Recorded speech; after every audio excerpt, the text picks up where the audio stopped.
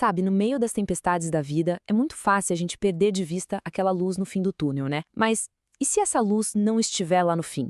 E se ela estiver, na verdade, dentro da gente? É sobre isso que a gente vai conversar hoje. Vamos mergulhar numa jornada super inspiradora sobre como encontrar força na adversidade.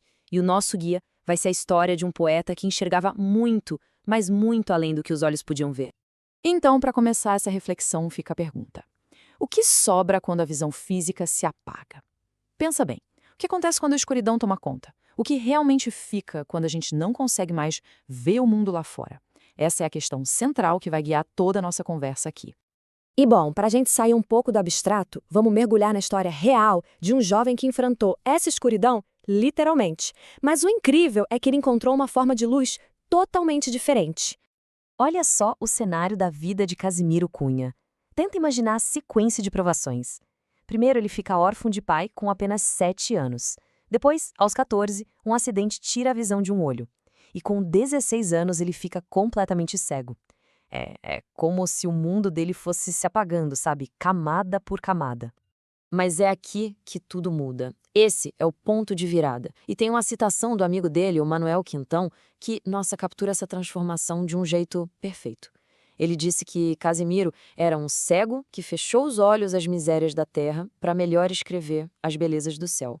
Quer dizer, a cegueira física não foi o fim, foi, na verdade, o começo de uma nova visão, abrindo os olhos da alma dele para uma realidade muito, muito maior. Então, em vez de se deixar derrotar, o que aconteceu?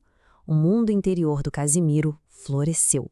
Ele simplesmente encontrou um novo jeito de ver, uma iluminação que não vinha de fora, mas de dentro.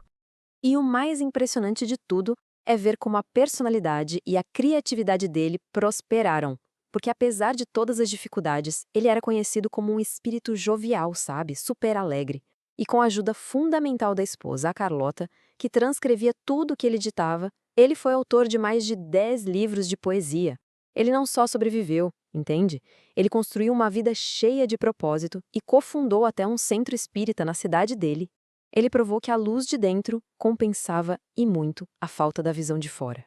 Essa história do Casimiro é incrível, né? E ela serve como uma ponte perfeita para a gente falar de um conceito universal. Essa ideia de que existe uma luz interior dentro de cada pessoa. Tá, mas o que é exatamente essa tal de luz interior? A gente pode pensar nela como a nossa centelha divina. É a fonte da nossa esperança, da nossa resiliência.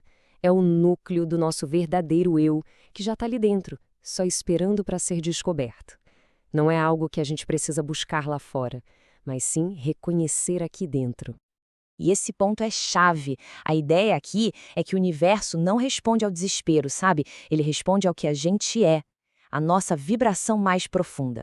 Então não se trata de pedir, de implorar por uma mudança, mas sim de se alinhar com aquilo que já existe dentro da gente, a força, a paz, a resiliência. E se alguém pensa que a história do Casimiro termina com a morte dele aos 34 anos, está muito enganado. Na verdade, é aí que a coisa fica ainda mais extraordinária.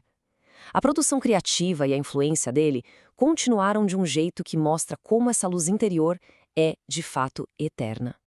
601. Guarda esse número, 601. Essa é a quantidade de poemas que Casimiro produziu depois de morrer. Poemas que foram psicografados pelo médium Chico Xavier. A voz poética dele não só não se calou, como continuou a guiar e inspirar muita gente. É uma prova, né, de que o espírito e sua luz vão muito além da vida física. E as palavras do próprio Casimiro em sua carta aos cegos resumem a mensagem central de tudo isso. Ele escreveu: "Também fui cego do corpo, na senda de expiação, mas nunca guardei comigo as trevas do coração." Ou seja, o ponto crucial é esse. A pior cegueira não é a dos olhos, é a do coração. Manter essa luz do coração acesa é o que nos permite enxergar de verdade. Ok, a gente entendeu a história, o conceito, mas e na prática? Como é que a gente faz para tornar isso real no nosso dia a dia? Vamos ver agora como é possível começar a nossa própria jornada para acender essa chama interior. É um caminho que pode ser dividido em 4 passos simples. O primeiro é reconhecer, sabe? Acolher a nossa própria escuridão, validar aqueles sentimentos difíceis sem julgamento. O segundo passo é cultivar, nutrir a esperança, praticar a gratidão, se inspirar em histórias como a do Casimiro. O terceiro, que talvez seja o mais profundo, é a jornada interior. Olhar para dentro com autoaceitação, com compaixão. E por fim, o quarto passo, iluminar. Usar essa luz que a gente redescobriu como um guia para definir metas e seguir em frente com mais confiança. Essa imagem representa a ideia de um jeito lindo, né? A jornada de autodescoberta é exatamente sobre isso.